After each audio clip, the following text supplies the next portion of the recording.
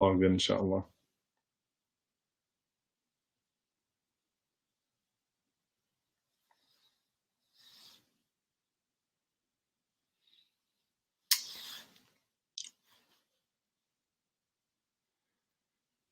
Bismillah.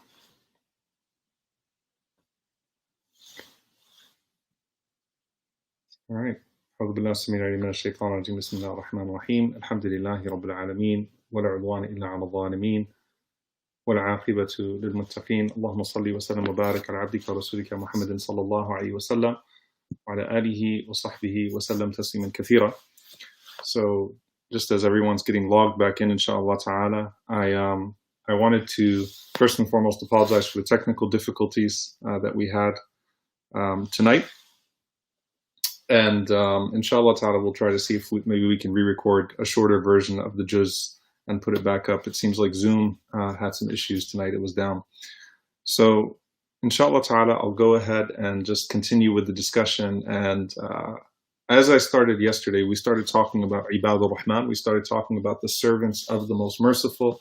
And we talked about, how people sort of glance over the connection of Ibadur Rahman, the connection of servants of the Most Merciful and the connotations of that, and go straight into the description. They go straight into what that means to be from the servants of the Most Merciful, some of the technical details of how people carry themselves as the servants of the Most Merciful, but they don't pay attention to the beauty of the title, servants of the Most Merciful. So tonight, bi'idhnillahi ta'ala, I'm going to go ahead and talk, inshallah ta'ala, about the first ayah, or the first description, but not the entirety of it. Allah subhanahu wa ta'ala says, الَّذِينَ يَمْشُونَ عَلَى الْأَرْضِ هَوْنًا وَإِذَا خَاطَبَهُمُ الْجَاهِلُونَ قَالُوا سَلَامًا. That those who tread lightly on the earth, and when they are approached by the ignorant, they respond with salam. So this is also one of those things where typically you'll see that people will sort of glance over the part where Allah subhanahu wa ta'ala describes people treading lightly on the earth, and they'll go straight to how we deal with the ignorant. And one of the reasons for that is that there are so many stories from the Salaf about how to deal with ignorant people. Literally, if you were to take any biography of Khulafa al-Rashideen, of the righteous Khulafa, of the companions, of the pious predecessors, of the sages throughout Islamic history, you're going to see over and over and over again the praise of their character in the face of taunting, in the face of very ignorant people that approach them in ways that were not befitting. So, inshallah ta'ala, I want to focus on this first part because I think it's extremely beautiful. What does it mean to tread the earth lightly? What are the connotations of treading the earth lightly? How does that reflect rahmah? How does that reflect mercy? And this is a deep, deep tafsir that you'll find of this ayah when you pay attention to all of the connotations that come from this ayah. So first and foremost, what causes you to have inherent rahmah with the creation as a default before any infraction is that you know how much rahmah ar-Rahman has had with you.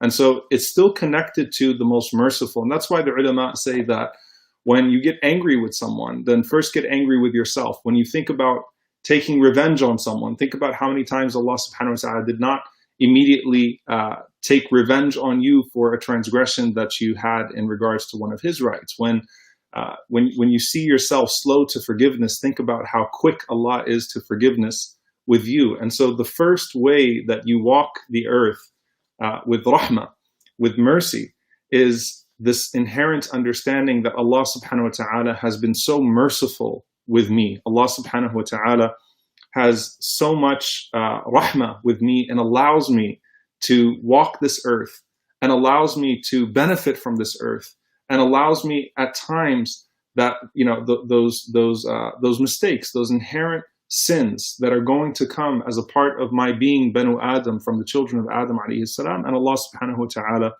is merciful with me. Allah Azza wa Jal forgives me and He gives me a time to repent. So the first way that you connect to Ar-Rahman in this concept of being Ibadur Rahman, in regards to how you walk the face of the earth, is that you treat the world around you with this sense of gratitude, right? Because you know how Allah subhanahu wa ta'ala has been merciful with you. The difference between the first part of this verse and the second part of this verse also, الَّذِينَ يَمْشُونَ عَلَى الْأَرْضِ هَوْنًا, those who tread lightly on the earth, and those who respond with noble character in the face of insult, in the face of rudeness, is that, الَّذِينَ يَمْشُونَ عَلَى الْأَرْضِ هَوْنًا is before anything bad happens. It's just your very essence and your very presence. And so your very presence and essence is one of rahmah, is one of mercy. And then if something happens to you, then it's one of forgiveness. And so before the fact, it's mercy. After the fact, when you come across people that don't live up to those standards, that don't hold themselves to a higher standard, that act in certain ways, that's where maghfirah comes in. That's where afu comes in. That's where pardoning and forgiving comes in. And what drives you then? So in the same way that you walk this earth with mercy because you realize how much mercy the most merciful has had with you, you approach with such a level of humility. You're humbled by Allah's mercy upon you in your very essence. The second one is what's going to cause you to forgive and pardon and overlook after someone violates you, regardless of that noble character, is how badly you want Allah subhanahu wa ta'ala to forgive you. And by the way, this is not excusing dhulm. We're going to get to that. This is not excusing oppression or excusing harm or saying to accept abusive situations. That's a different category, which we'll talk about tomorrow, inshallah ta'ala. But we're just talking about the noble quality of forgiveness and being able to overlook. That's after the fact, and it's because of how badly you want Allah to forgive you. But the way that you walk the face of this earth with nobility is because of how you know that Allah subhanahu wa ta'ala has had mercy with you, and so you automatically approach everything with a sense of mercy. So let's go to the connotations. الَّذِينَ يَمْشُونَ عَلَى الْأَرْضِ هَوْنًا. The first thing the scholars talk about here is the literal walk of a person. The way that a person walks and carries themselves has so much in what it tells about the person, especially in certain cultures. Okay, so it's not limited to the physical act of taking steps, but how you carry yourself. And this is why we find that Luqman al-Hakim alayhi salam says to his son, وَقْصِدْ فِي مَشْيِكَ وَغْضُضْ مِنْ صَوْتِكَ. He says that be gentle, be moderate when you walk, and keep your voice low. In أَنْكَرَ الْأَصْوَاتِ لَصَوْتُ الْحَمِيرِ. And the most despised of voices is the one that resembles the braying of a donkey. Okay, so this is something that literally comes into play here. The way that a person carries themselves, how you walk, your body language is so important. What is the body language that you have? Because Imam Hassan al-Basri rahimahullah, he described in salah, for example, your body language in prayer. He said that if the heart has khushu', if the heart is humble, then all of the limbs will be humble as well. They'll all have a sense of stillness as well. And so humility carries into your body language as well. The way that you look at people, the way that you walk to people, past people, the way that you give people attention or ignore them, all of these things, the tone that you use in your voice when you talk to people, right? These are all things that we learn from the Prophet ﷺ that have so much to do with tawadu', that have so much to do with humility.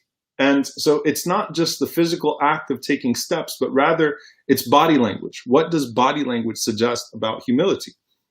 And if you remember last night when we talked about this, Allah subhanahu wa ta'ala, by calling those people, I say us, hoping that we would be amongst them because we aspire to be from those people, calling those people Ibadur Rahman, calling them the servants of the most merciful, calling us bidnillahi ta'ala the servants of the most merciful. We said that Allah Azza wa Jal chose the observable characteristics so that the one who sees the difference in behavior between the oppressors, between the Abu Jahals and the Abu Lahabs of the world, and the Abu Bakrs and the Abdurrahman ibn Aufs of the world, they will clearly be able to discern who is inspired by rightful guidance and who carries themselves in a way that befits noble guidance. So Allah Azza wa Jal addresses the body language, the exterior, the very observable characteristics. The Prophet ﷺ, of course, teaches us that it's not just the walk or it's not just the body language, but it's the attitude that it suggests.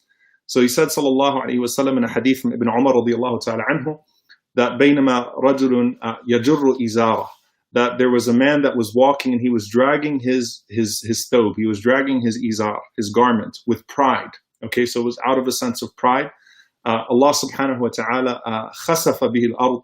Allah subhanahu wa ta'ala swallowed him in the earth, and he would continue to be sinking into the earth until the day of resurrection. So the Prophet ﷺ is saying that there was once a man that was walking with a great sense of arrogance, dragging his garment, and Allah subhanahu wa ta'ala caused the earth to swallow him, okay, because of that pride. And he would continue to sink in that earth until the day of judgment. Compare that to Abu Bakr as-Siddiq radiallahu ta'ala anhu, who had a defect that caused him, caused his thobe at times, caused his garment to drag. And, he asked the Prophet ﷺ, he said that, is this going to be against me on the day of judgment because the thobe is dragging? And the Prophet ﷺ said, you don't do it out of pride. Hence you have the difference of opinion amongst the ulama, which is if a person drags their garment out of pride, it's obviously haram, and it falls into the category of major sin, in fact, if it's insisted upon in this way. But if a person's garment goes beneath the ankle, not out of a sense of pride, does it still fall under the element of sin? And there's a valid difference of opinion amongst the scholars, and I'm not going to talk about that too much right now. But just to compare what the Prophet ﷺ talked about in terms of that man from the previous ummah, and in terms of what we see from Bani Israel, compared to Abu Bakr as-Siddiq radiallahu ta'ala anhu. So, next we look into some of the ahadith and narrations in this regard that speak about this from the perspective of the Salaf and how they interpreted it. Aisha radiallahu ta'ala anha, who's the daughter of Abu Bakr radiallahu ta'ala anhu, of course, and who is a scholar of this ummah, she once saw a man walking, and the man was walking, he was walking like he was sick, like he had, some sort of issue. He wasn't able to sleep at night, whatever it may be. The point is, literally, he's described as walking like a dead man. Okay, and as he was walking, in a way that was slow, in a way that suggested he was sick or whatever it may be, Aisha radiallahu ta'ala anha, she asked, she said, what is it with him? What's wrong with him? And the people responded and they said, Ya al-Mu'mineen, he's from the Qurra, he's from the reciters, meaning he's from the people that pray all night. Okay, so because he prays all night, he's demonstrating how tired he is because of his prayer at night. And subhanAllah, the Salaf, the pious predecessors, they used to actually project their voices so that people would not think they were up all night reading the Quran. They would try to walk with a straight posture so that people would not think that they were praying all night. If they made it known to people that they had heard something that happened at night, or that they saw a star at night, or whatever it may be, they would make it a point to say that they were up not because of prayer, but because of something else. If they didn't have food, they would still display something just so people didn't think they were being people of zuhud, people of asceticism. So Aisha radiallahu anha, she took great exception to this idea, she was very offended by this idea that this man was walking this way because he had been praying all night. He was from the Qurra. It's like, mashallah, someone's walking at night, someone's sleepy the next morning. Why are you sleepy at work? I was praying tahajjud all night long, mashallah. Why is your posture off? That 8 rak'ahs every night really gets my back. Why are you, why is your voice so low? Well, I recited a whole juz last night. So people that actually would give way. Why are your eyes so red? I was crying all night, mashallah. These are things that are obviously exaggerations, but Aisha's seeing this man and she's totally bothered by it, and realize Aisha radiallahu anha herself is a woman that prays qiyam and is known and distinguished by her tahajjud. So her response, she said, Rahim Allahu Umar. She said, may Allah have mercy on Umar radiallahu ta'ala anhu. He was from Shuyukh al-Qurra. He was from the leaders of the reciters, meaning he was from the people, Kana wallahi min Shuyukh al-Qurra. He was one of the people that would recite all night long. But despite that, إِذَا مَشَى أَسْرَعَ. When he walked fast. وَإِذَا قَالَ أَسْمَعَ. And when he spoke, he projected. He made sure his voice was heard. There was no tiredness in his voice. وَإِذَا ضَرَبَ أَوْجَعَ. And when he hit hard. In one narration, when he fed generously, even though he didn't have much food in his home. Meaning that this walking, Aisha radiallahu anha was saying, this walking is a walk of riyah. It's a walk of showing off.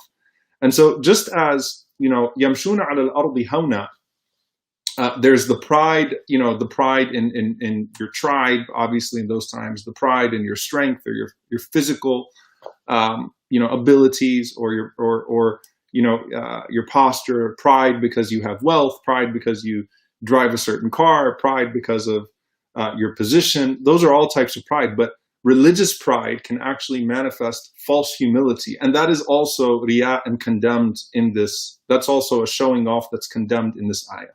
Okay, people that would walk slowly or humbly, but in a way that that portrays a false sense of humility, also for the same purpose that someone else would be showing off using another reason or on the basis of something else that they have. This person projecting a false sense of religious pride. So Umar ibn Abdul Aziz rahimahullah ta'ala, we find a narration about him in this regard. وَقْصِدْ فِي مَشِيكَ. Umar ibn Abdul Aziz rahimahullah, he says that he was raised to walk in a certain way because he was from the nobles of Bani Umayyah, and so they were taught to walk a certain way. And one day when he was walking, someone told him, "Ya Amir al-Mu'mineen, slow down. Why are you walking that way?" And Umar ibn Abdul Aziz rahimahullah ta'ala, he apologized. He said, well, that's how we were taught to walk, that the children of the nobles of Banu Umayyah were taught to walk in a certain way. And subhanAllah, he was trying to shake it off. He was trying to learn how to not walk in a way that demonstrated a sense of pride. And that's why when you read about the shama'il of the Prophet ﷺ, description of the Messenger ﷺ, and you read about his walking, the Prophet ﷺ is described as walking not too fast nor too slow. He walked like he had somewhere to be, alayhi salatu wasalam. So you had to keep up with him. But it wasn't an arrogant walk. It wasn't a boastful walk, but the Prophet ﷺ would walk like he had to be somewhere. Okay, so he had a busy walk, sallallahu alayhi wasallam, not a boastful walk. And so again, we think about body language here, and how we carry that, through our voices, through the way that we walk. But there's a deeper meaning to this, and this is really what I want to get to. SubhanAllah, it's beautiful how Allah Azza wa Jal words this idea of humility here. Some of the scholars say that mentioning the ard, mentioning the earth, الَّذِينَ يَمْشُونَ عَلَى الْأَرْضِ هَوْنًا, those who walk on this earth lightly, with ease, is to remind you that you are from the earth. You are from this ard. This is what you're made of. You are walking on yourself. You are walking on what you are made of. And so this is a reminder that minha khalaqnakum wa fiha nu'idukum, that this is what we created you from, and this is what you will return to. What your feet are upon every single day as you walk, you are walking on yourself. You are walking on your origin, and you are walking on your return. Okay? This is where you came from, this is what you will go back to, and this is where you will be resurrected from. What does this mean? So the obvious part of this, first and foremost, is our essence in regards to Allah subhanahu wa ta'ala, right? That Allah subhanahu wa ta'ala created us from this earth because we are all the children of Adam alayhi salam, and Adam is from turab, Adam is from dirt. So the obvious, humility to Ar-Rahman, humility to the Most Merciful. But there are two beautiful lessons that we can take from this as well. Number one, in relation to your own essence. So the first lesson is in relation to your own essence. You know how they say people become arrogant when they forget where they came from? Okay? They forget where they came from. That's also true with al-ard, with the earth. You rise from the earth and you never leave it. You're constantly, clinging to the ground, only to be buried in it inevitably when the time comes. Right? You are reminded by virtue of being on this ard, of being on this earth, that this is who you are and this is where you come from. And do not forget where you came from, because when you forget where you came from, that's when arrogance and pride develop, right? And so this is Allah Azza wa Jall's way of telling you, remember where you came from. And this is not the only way that Allah subhanahu wa ta'ala tells us to remember where we came from, right? Allah takes us back to the process of our birth, right?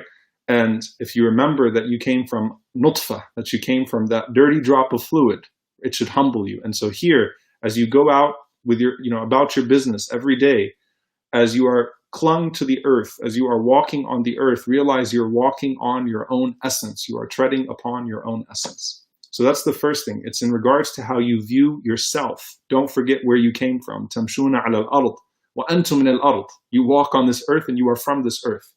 The second thing is in relation to the world around you and the people around you. So, كلكم من آدم وآدم من تراب. You are all the children of Adam, and Adam is from dirt.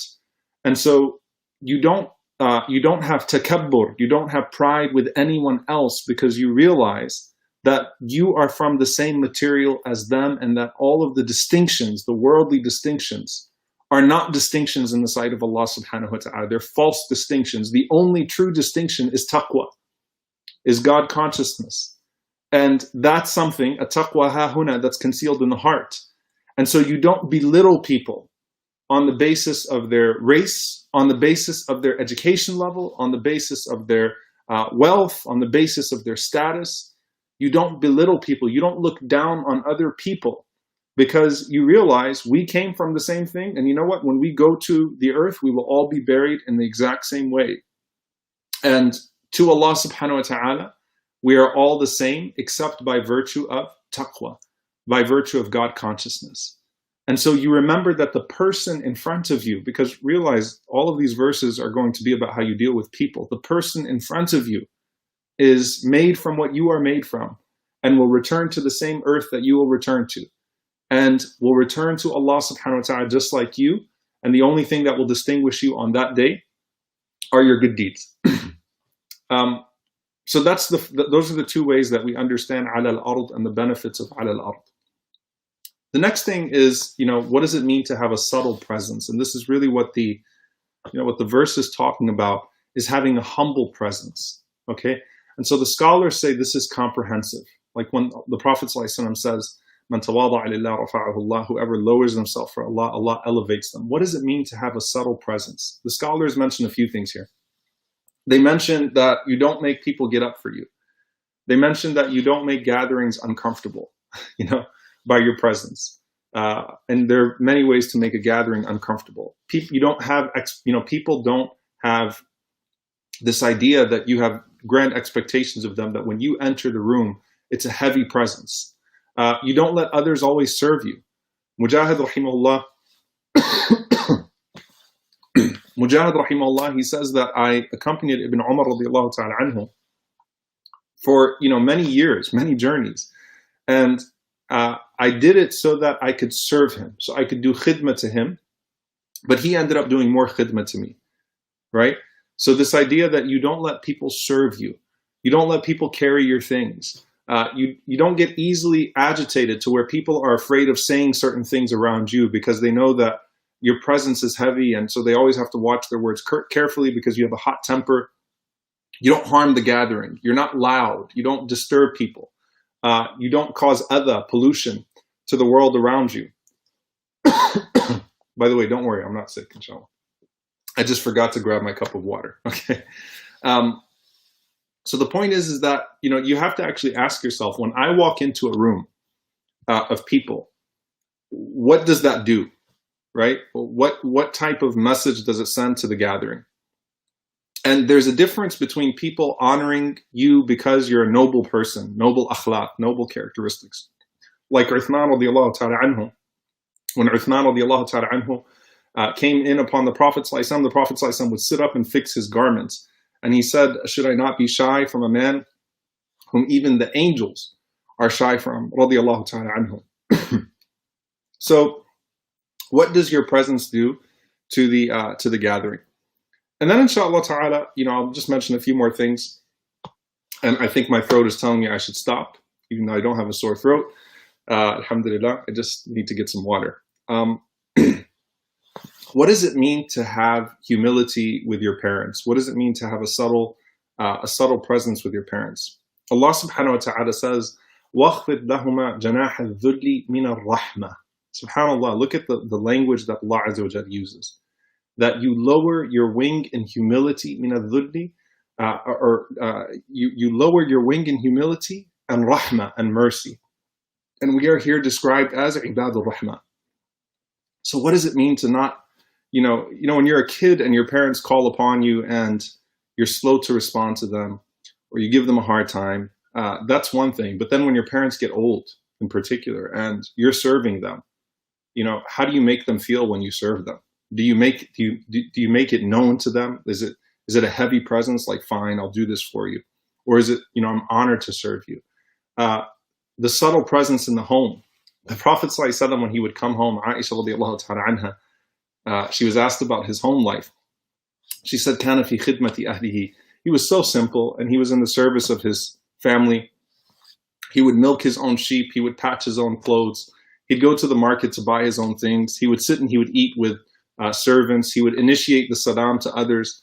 He was just so simple, sallallahu alaihi wasallam. He didn't have a heavy presence when he came home. A subtle presence in when you admonish people. Anas ibn Malik radiallahu ta'ala anhu talking about how the Prophet ﷺ was never harsh with him. And that, that one time the Prophet ﷺ sent him on an errand. The Prophet ﷺ just gently made his presence known. And Anas radiallahu anhu was embarrassed that he didn't do what the Prophet ﷺ had sent him out to do. So he went out and he did it. And so the last thing I'll say here is the way the scholars describe this idea of yamshuna ala al-ardi hawna in a proactive way is that you bring a calming effect to the environment around you. You give people salam, you smile at people, you put people at ease, you assist people with heavy objects, you serve people in your vicinity. You bring a subtle, comforting, calm presence, not an arrogant or a boastful one. And so that is the first way that these people are described. And inshallah ta'ala, tomorrow we will continue with وَإِذَا خَاطَبَهُمُ الْجَاهِلُونَ قَالُوا سَلَامًا. And also to remind everyone, inshallah ta'ala, we'll have our virtual khutbah at 2 p.m. Eastern, inshallah ta'ala. So I will see you all then, inshallah ta'ala, as well. And of course, Quran 30 for 30. And we'll try to see if we can re-record this past session, inshallah ta'ala, since we had issues with Zoom and technology. So jazakumullahu khairan. We ask Allah subhanahu wa ta'ala to make us amongst those that tread the earth lightly. That the Prophet ﷺ mentioned that they can enter a gathering and leave a gathering without even being noticed, but they are the celebrated awliya of Allah subhanahu wa ta'ala. The people that don't cause apprehension or harm to those around them, but people that are gentle with everyone around them. The people that serve rather than expect to be served. The people who speak with a voice and a tone that is comforting and not stressful. People who bring sakina to the environments around them, tranquility to the environments around them, and a people that humble themselves first and foremost to Allah subhanahu wa ta'ala, and in the process are honored by Allah subhanahu wa ta'ala. Allahumma ameen. Inshallah ta'ala, see you all tomorrow. Jazakumullahu khairan. Wassalamu alaikum wa rahmatullahi wa barakatuh.